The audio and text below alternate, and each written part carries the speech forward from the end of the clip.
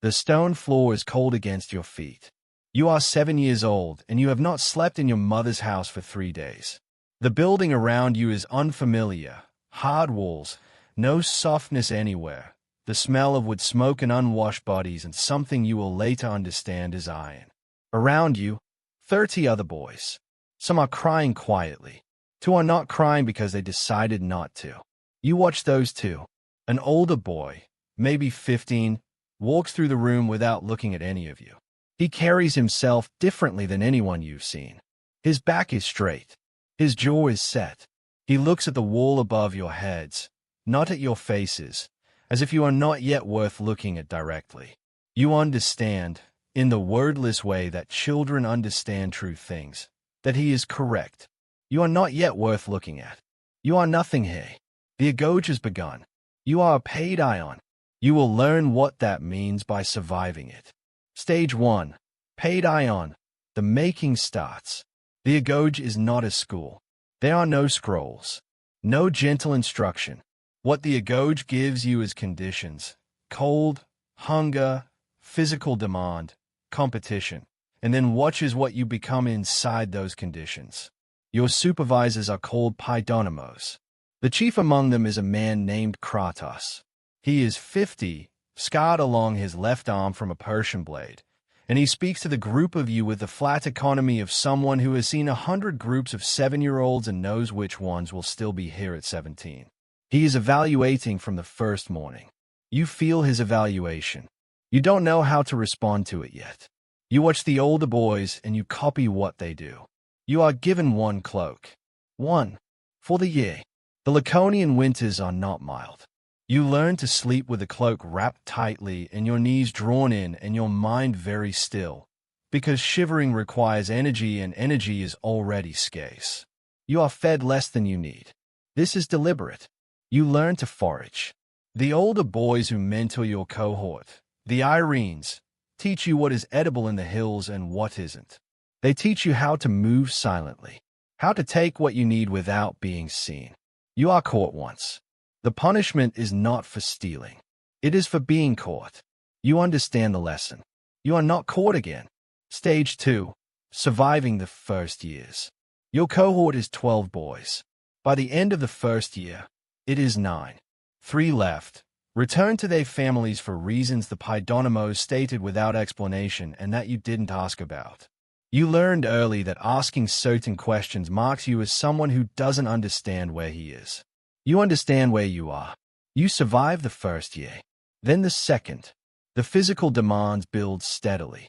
Running, wrestling, the pancration, the full contact combat that has no rules except ending the opponent. You are not large for your age. You compensate through speed and through reading the other boy's weight before it moves. You win more than you lose. The Ironarch, the senior Iran overseeing your cohort, is a young man named Demaratos. He is 17. He has already been through what you are going through, and the passage through it has left him with the specific authority of someone who owned everything he carries. Demaratos is hard with you, not cruel. He distinguishes between the two clearly. Cruelty is for the weak, he tells your cohort once, during a night exercise. Hardness is for the ones who intend to survive what's coming. You think about this for years. Stage 3. Adaptation. Becoming the place. At 10, the Agoge is no longer unfamiliar. It is home. Not warmly. Not in the way your mother's house was home, but in the way that a body adapts to extreme conditions and stops experiencing them as extreme. The cold is now simply winter. The hunger is now simply a condition to be managed. The pain of training is now simply information about where your limits are and how to extend them. You realize something about yourself. You are good at this. Not exceptional yet. Not the best in your cohort, but genuinely good. Your body is strengthening at a pace that the Paidonomos has noticed. Your tactical instincts in the pancration are developing beyond your age group. More importantly, you don't stop. This is what separates the boys who stay from the boys who leave. Not talent, not size, not even toughness in the simple sense. The ones who stay are the ones who, when the reasonable part of their mind says stop, don't stop. You have this quality. You didn't put it in yourself. The Agoge found it and is making it useful. Stage 4. Erin, leading the young. At 18, you pass through the most demanding phase of the Agoge. The Crypteia. You will not describe it in detail even in memory. What you carry from it is not a story. It is a changed relationship with darkness, with solitude, with the outer edge of what a human body and mind can sustain. You return. You are now an Erin, a senior member of the Agoge. You oversee a cohort of younger boys the way Demaratos once oversaw you. You look at them on their first day. Cold stone floor. White eyes. 30 boys who have not yet understood where they are. You remember being them. You do not give them comfort. You give them what Demaratos gave you. Hardness with purpose. Leading a cohort teaches you things about human nature that the training itself couldn't. Boys respond differently to pressure. Some harden fast and become brittle. Some resist and develop something more flexible, a toughness with movement in it, which is more useful in a phalanx than pure rigidity. Some have fear they haven't metabolized yet. Your job is not to remove the fear. It is to teach them to act correctly while it exists. You lose 2 boys from your cohort to departure. You examine each departure carefully. Were they boys who couldn't have been kept? Or were they boys you failed to reach in time? One of them you could have kept. You missed the signs. You carry this as a lesson without carrying it as destruction. Stage 5. Spartiate, the full warrior. At 20, you complete the Agoge. You take your place in a secession, the communal mess of Spartan warriors. 15 men who eat together, train together, and will stand together in the phalanx. This is the basic unit of Spartan military life. Your position in the line is not yet at the front. You are new. You stand where you are placed, and you perform with the consistency that earns trust. The men beside you are your shield brothers. Their survival depends on your shield staying in position. Yours depends on theirs. There is no more fundamental trust relationship in the world you inhabit. You build it daily. Your Inomotakos, your unit commander, is a man named Aegis. He is 35, a veteran of 2 campaigns. Aegis leads the way all good Spartans lead, by expectation. He does not explain why things must be done. He expects that they will be done at the required standard because that is what it means to be here. You meet the expectation. Every day. Your first campaign comes in your 3rd year as a Spartiate. The enemy is well-armed and numerous. They outnumber your force by a ratio that would concern a different kind of army. You stand in the phalanx. You feel the men on either side of you. The warmth of their presence. The specific solidarity of a line that has trained together until it thinks together. The enemy moves. The phalanx moves. You move with it. You do not think about the numbers. Stage 6. Veteran warrior. Authority in the line. At 30, you are no longer new. You have campaigned twice. You have stood in the line under conditions that tested every element of what the Agoge built in you. You have seen men break, not cowardly men, men who trained alongside you for years, and you have understood that no training is complete protection against the overwhelming reality of the phalanx under pressure. You have not broken, but you have come close enough to know what close feels like. Your position in the line has moved. You stand closer to the front. This is not given. It is recognized.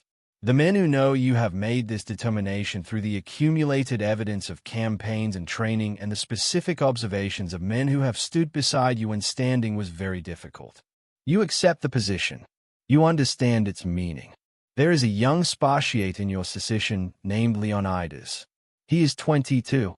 He is talented in the way that occasionally a man is talented, naturally, almost carelessly. He has physical gifts that exceed most of his cohort and tactical instincts that are already mature. He also has something that talent sometimes brings, an inclination to rely on the talent over the discipline.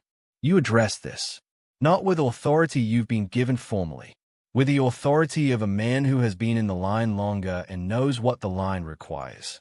Leonidas listens. You can see it cost him something to listen. The ones it costs something are the ones worth the conversation. Stage 7. The full weight of Sparta. You are 42. You have campaigned 5 times. You sit at the communal table with men who are your brothers in the specific way that only combat creates brotherhood. Not affectionately, but absolutely. You would die for these men without calculation. This is not courage. It is a fact about what you have become.